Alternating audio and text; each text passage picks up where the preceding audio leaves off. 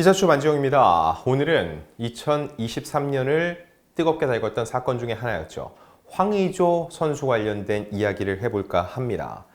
자, 일단 국가대표 축구 선수였던 황의조 씨가 불법 촬영 혐의로 피의자 입건된 것도 충격인데, 그런데 그 촬영물을 유포하겠다고 황의조를 협박한 사람이 다름 아닌 형의 아내, 즉 친형수였다는 것은 더더욱 큰 충격일 수밖에 없었습니다. 근데 이렇게 큰 충격이기 때문에 다음 황의조 씨의 행보는 좀 이해가 안 되고 의아했습니다. 왜냐면 이 형수 A씨는 경찰, 검찰, 그리고 사전 구속영장에 대해서 영장 전담 판사마저 이거는 구속 수사가 필요하다면서 사전 구속영장을 발부했거든요. 그래서 사전 구속이 됐어요. 그럼에도 황의조는 형수 A를 믿는다 그러면서 처벌 불원서까지 제출을 했다는 거죠. 여기까지의 상황들은 다 알려진 내용이죠. 이런 상황에서 이 형수 A씨의 첫 재판이 2024년 1월 8일 처음으로 열립니다. 그런데 그 사이에 또 다른 이슈들이 있었어요. 어떤 이슈였나? 일단 형수와 황의조의 담당 법무법인이 같았습니다. 이게 왜 문제일지는 추후에 설명을 드리고요. 또 A씨가 황의조뿐만 아니라 피해자 B씨까지 직접 협박한 사실도 드러났습니다. 본인이 마치 외국인인 것처럼 하면서 피해자를 협박을 했었다는 건데, 이런 내용이 공개됐음에도 왜 황의조는 여전히 형수를 두둔하고 있는지, 향후에도 이 입장을 고수할지도 궁금해지고요. 그리고 황의조는 2차 소환 조사를 앞두고 있습니다. 과연 이 조사에서는 어떤 이야기를 하게 될지 등을 하나하나 짚어보겠습니다. 자, 일단 아까 말씀드렸던 형수와 황의조가 같은 법무법인을 선임한 거, 이게 굉장히 황당하다는 거. 왜 그러냐 보면은, 일단 이 황의조 사생활 폭로 게시물을 올리고 협박 혐의로 재판에 넘겨진 형수, 이 형수와 황의조의 법무법인이 같다, 즉 같은 법무법인을 선임을 했다는 거죠. 이 형수 같은 경우는요, 특정범죄 가중처벌 등에 관한 법률 위반, 보복 협박 등의 혐의로 기소가 됐습니다. 근데 황의조의 법무법인이 이 형수의 변호도 맡고 있다는 거죠. 그냥 쉽게 생각하면은 황의조는 형수를 믿는다고 했죠. 그러니까 공동 대응 차원에서 두 사람이 한 목소리를 내기 위해서 같은 법무법인을 선임한 것이 아닐까 생각을 할 수 있는데, 여러분 잘 생각해 보세요. 이 사건에서 두 사람이 어떤 관계인지를 객관적으로 따져볼게요. 황의조 선수는 당초 이 사건의 피해자입니다. 피해자로 문제를 제기했어요. 자기가 이런 불법 영상물을 폭로하겠다는 협박을 받고 있다는 거였어요. 즉, 형수에 대해서 황의조는 피해자입니다. 그리고 형수가 피의자이자 가해자죠. 피해자와 가해자란 얘기입니다. 서로 법적 다툼을 벌여야 되는 건데, 두 사람의 법무법인이 같다? 이건 변호사법 위반입니다. 변호사법 31조에 따르면 수임하고 있는 사건의 상대방이 위임하는 다른 사건을 맡는 이른바 쌍방대리를 금지하고 있다는 거죠. 왜 그럴까요? 왜 쌍방대리를 금지할까요? 수사 재판 과정에서 사건의 은폐 왜곡 등 실체적 진실을 밝히는 것을 저해할 수 있다는 우려 때문인 거죠. 양측이 서로 입장이 다른데 법무법인은 같아요. 그럼 법무법인이 이 안에서 조율을 할 수가 있다는 거죠. 양쪽에서 어느 정도 타협을 해서 적절한 결론을 도출하기 위해서 조율한다는 건 무슨 얘기예요? 결국은 죄에 대해서 제대로 된 판단을 내릴 수 없게 된다는 거예요. 즉, 그렇기 때문에 쌍방대리는 변호사법으로 금지하고 있습니다.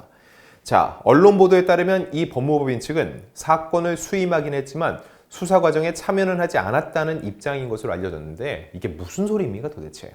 수임 자체를 하지 말았어야죠. 수임을 몰랐을 리가 없잖아요. 황의조 법무법인이다, 형수의 법무법인이다. 서로 몰랐을까요? 맡고 보니까 지나가다가 너도 그거 맡고 있어? 내가 이거 맡고 있는데. 말이 안 되잖아요. 아예 처음부터 맡지 말았어야 된다는 겁니다. 그래서 현재 이 법무법인은 변호사 사임 사유를 제출을 했고요. 하지만 대한변호사협회는 이번 사안을 내부적으로 논의한 뒤 이 조사 여부를 결정할 계획인 것으로 전해졌습니다. 자, 그리고 또 하나. 형수가 피해자도 협박을 했다. 형수 A씨의 공소장을 보면 본인이 외국인을 사칭했습니다. 형수가 지난 5월 7일 불법 촬영 피해자 B씨에게 SNS 메시지를 보낸 정황이 포착됐습니다. 이 불법 촬영 영상의 캡처 사진을 B씨에게 보낸 A는 영어로 의조 has a lot of girls, I will upload photos라고 적었다는 거죠. 황의조는 많은 여성들과 만났다. 나는 이 사진을 올릴 거다. 불법 촬영물을 업로드하겠다고 사실상 B씨를 협박한 겁니다. 자, 그리고 같은 날 황의조에게도 이 캡처 사진을 보내면서 또 영어로 불법 촬영물 업로드를 예고합니다. Hi 의조, I have a lot of your videos. 너에 대한 많은 비디오를 갖고 있다. What will happen when this video is released? 이 비디오가 유출됐을 때 과연 무슨 일이 일어날까? 이 역시 황의조를 협박하고 있는 거죠. 이거에 대해서 황의조는 엄청나게 부담을 느꼈을 거예요. 그래서 본인이 피해를 입었다고 신고했죠. 그런데 형수를 믿는다? 이게 참 의아하다는 거죠. 그리고 이 형수는 6월 25일에도 다른 곳도 아닌 황의조의 숙소에서 SNS 계정을 이용해 황 씨의 휴대폰에는 수십 명의 여자들을 가스라이팅에 수집한 영상과 사진이 있다면서 황금폰과 다를 바 없다. 이 황금폰이 무슨 얘기예요?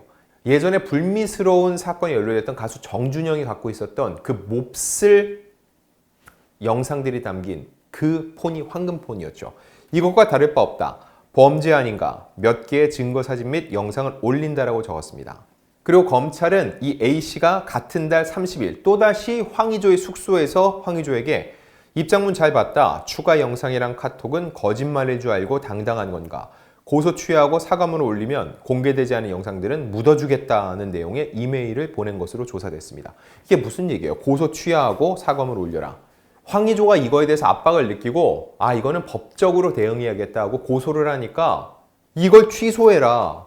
즉 황의조의 고소가 들어간 거를 당연히 황의조의 숙소에서 SNS 보냈다고 그랬죠. 모를 수가 없잖아요. 아마 고소 과정도 같이 논의를 했겠죠. 그랬을 가능성이 크죠. 그랬던 사람이 그거 취하하라. 그리고 사과문 올려라. 그러면은 공개되지 않은 영상은 묻어주겠다. 이렇게까지 했다는 겁니다.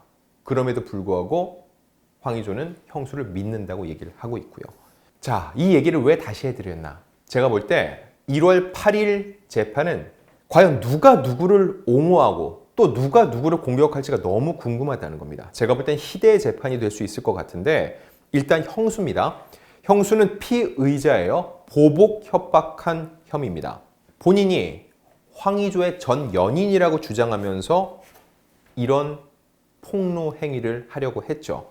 이걸 두고 진실 공방이 벌어질 수 있습니다. 본인은 외국인도 사칭을 했으니까 마찬가지로 전 연인을 사칭한 것일 수 있습니다. 실제로 아닌데 마치 그래서 하는 것처럼 전 연인인데 황의조로 인해서 많은 여성들이 피해를 입고 있고 이거를 바로잡는 차원에서 내가 이렇게 했다. 이런 식으로 한 것이라 볼 수도 있습니다. 적어도 이 부분을 체크하는 건 형수 A씨가 왜 이런 일을 벌였는지 범죄 동기, 그 동기를 파악하는 데 아주 중요하다는 거죠. 자, 그리고 두 번째가 더 중요합니다. 이 형수가 보낸 메시지 안에 이런 내용이 있어요. 수십 명의 여성들을 가스라이팅에 수집한 영상과 사진이 있다. 범죄 아닌가? 이렇게 메시지를 보냈어요. 이 형수는 황의조가 불법 촬영을 했다고 보고 이를 근거로 황의조를 협박하고 압박했습니다. 즉, 불법 촬영을 해서 이런 일이 벌어졌다. 황의조가 불법 촬영을 했기 때문에 내가 그런 일을 벌인 것이다. 이렇게 주장을 한다면 결국은 어떻게 돼요? 황의조는 형수에 대해서는 피해자지만 불법 촬영을 한 피의자이기도 하죠. 황의조의 불법 행위를 형수가 입증을 하는 겁니다. 다시 한번 설명을 드릴게요. 황의조는 난 불법 촬영을 한 적이 없다. 동의하고 촬영했다고 얘기를 했죠. 근데 전 연인이라고 주장하면서 글을 올린 형수는 뭐라고 썼어요? 황의조가 불법 촬영을 한 거다. 수십 명의 여자들을 가스라이팅에 수집한 사진과 영상이 있다. 범죄 아닌가? 라고 얘기를 했어요. 즉 피의자 황의조의 불법 촬영 혐의를 형수가 입증하고 주장하는 모양새가 된다는 거죠. 이렇게 되면 어떻게 돼요? 황의조는 형수는 그럴 리가 없다. 믿는다. 라고 했는데 형수가 황의조를 공격하는 거죠. 자, 이렇게 형수가 재판에서 황의조를 공격한다면 그럼 황의조는 그때도 여전히 난 형수를 믿는다 라고 얘기를 할까요? 이게 궁금해요. 형수를 믿으니까 형수의 그런 주장도 황의조가 믿겠다는 건가요? 결과적으로 이 재판에서 황의조가 형수 얘기를 믿는다는 건 형수가 주장하는 황의조에 대한 그 불법 행위를 인정한 모양새가 될 수 있다는 거죠.